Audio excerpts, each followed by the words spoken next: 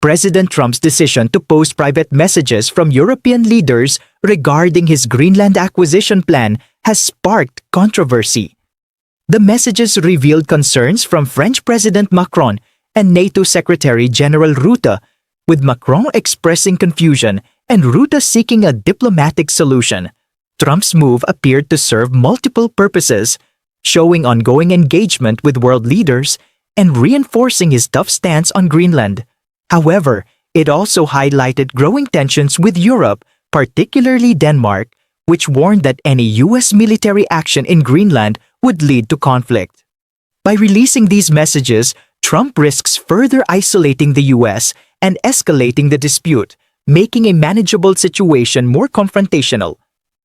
President Trump leaks what he says are private messages from European leaders concerned over his threats to annex Greenland.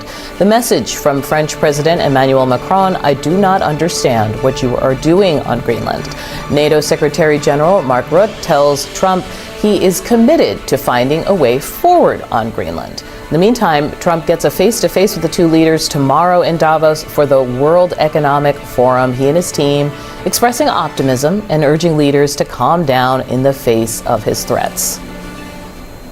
I don't think they're going to push back too much. Look, we have to have it. They have to have this done. They can't protect it. We've always been able to work through our differences calmly as friends. We will continue to do that. I want to assure you this morning that that is still the case. Calm down the hysteria, take a deep breath. But Denmark has a strong warning for the president. We will, of course, defend Greenland. If there is an invasion by American troops, it would be a war, and we would be fighting against each other. We know that the Americans are stronger than us, and you have a much stronger military than ours. But it is our duty to defend our land and our people.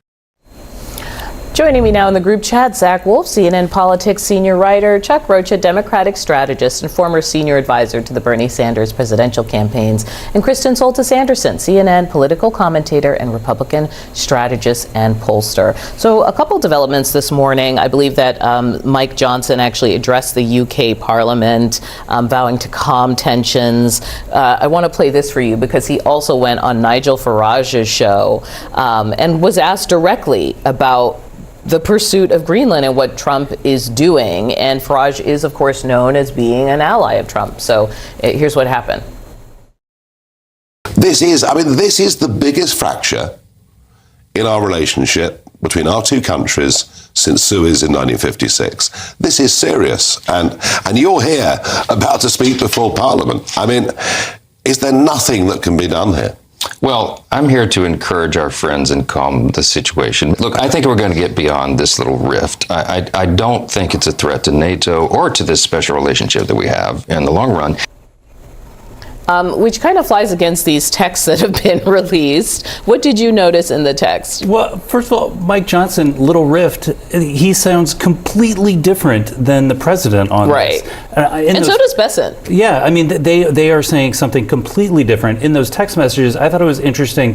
Why would Trump release these? They were showing the little rift that Mike Johnson was talking about. They also kind of showed, and maybe this is what he was trying to do, the sort of deference that the world leaders are showing him. Macron, let's do dinner on Thursday and talk this out, kind of a thing. So Trump is showing that they're still being nice to him and coming to him. But that was a head scratcher. Like, yeah, what is he at? Well, it shows them. I think Macron, who actually has spoken quite strongly, saying like, hey, maybe Europe should use its own economic nuclear option to kind of go after the U.S. What do you guys see in how this is playing out now that they've actually landed in Europe and actually have to have these conversations face to face, Kristen? I mean, to me, it is baffling on a number of levels. It's deeply unpopular. It's even not that popular with Trump's own base, the idea of engaging in military activity in Greenland. But what it really is, I think, is Donald Trump, his real estate guy, I want to acquire territory and assets, is coming out in full force. I think he thinks that these like tough mafia style tactics are how you negotiate a better deal. But I'm really glad to see that at least right now, I mean, this in some ways feels a little reminiscent of Trump's first term, when he would say and do things and there were like a number of adults in the room that would be like, let's maybe not do that. We actually haven't seen as much of that this term. The adults, or well, the attempt from within his own party, his own cabinet to try to constrain or contain him, and that's what this feels like. They are realizing this one is way too far. And the American electorate coming up less than a year from the midterms are kind of where Macron is. They kind of would understand Venezuela. Dictator seems bad. Taking rid of a dictator seems okay, maybe. Iran seems bad. Seems Iran has done bad things before. But Greenland? Yeah, that's where the American public is. The CNN polling was showing that independents, something like 82% oppose the Greenland conversation. And we're not talking about gas and groceries and regular things as we move towards the summer. I want to play one more thing for you. Don Bacon, who's been on a roll since, he's in a YOLO situation. He was saying that he is, of course, very against this, and here's how far he went. One way or the other way, whether it's even Republican control or if it's Democrat control after November, I think it would lead to impeachment. I think it's invading ally, to me, is a high crime and misdemeanor. And we have a treaty. We have the NATO agreement and it would be basically severing this whole agreement and invading an ally, a democracy. It's immoral. It's wrong. I guess he's just saying it on the way out. I just want to say something quick before folks give commentary on this so everybody at home understands who Don Bacon is. There's only 3 congressional races in America that a Republican currently occupies that Kamala Harris won, and this guy's in one of them, and he's retiring. Joining us now live from Paris is CNN senior international correspondent Melissa Bell. Melissa, give us a sense of what the dialogue appears to be between Trump and Macron. It seems that that relationship is souring. That's right. First of all, the idea of that meeting tomorrow in Davos, Rahel, of the American president with a number of those European leaders involved in the defense of Greenland promises to be pretty frosty. And wouldn't you love to be in a corner of that room to hear the tone? Because in the meantime, there is no suggestion that either side is backing down of the question of the future of Greenland, nor of the question of tariffs and retaliatory tariffs on the part of the Europeans. Instead, what you've had is this war of words this morning between the French and American presidents. Long gone are the days of the bromance. It seems it isn't simply on the question of Greenland and the tariffs and the countermeasures being prepared by Europe, but on the question of the Council for Peace that you'll remember President Trump sent invitations out to 60 or so world leaders over the course of the weekend to try and oversee the reconstruction of Gaza, but in a sort of enlarged format that it would see it sort of rival the UN in terms of its ability to try and ensure peace in different parts of the world.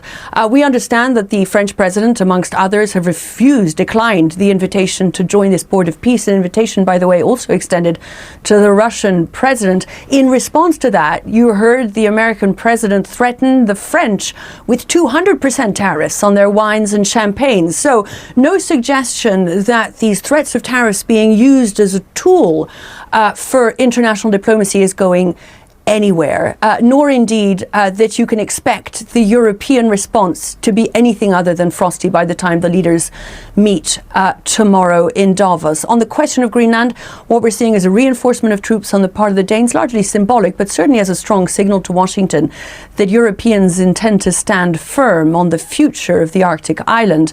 And in terms of those retaliatory tariffs, we'll see European leaders meet here in Brussels on Thursday to discuss the transatlantic relationship and its souring nature, even as they consider the weight of their countermeasures. We understand also that President Macron had extended the American president an invitation for a G7 summit here in Paris on Thursday as well. So ratcheted up have these tensions become in the hope, and that was the message of the sense of the message that Emmanuel Macron sent to the American president overnight, then published by President Trump, the idea that on Greenland there could be no agreement, but that on a number of other issues there was the possibility to work together, and that dialogue was essential even as this tension continues to mount. Rahel.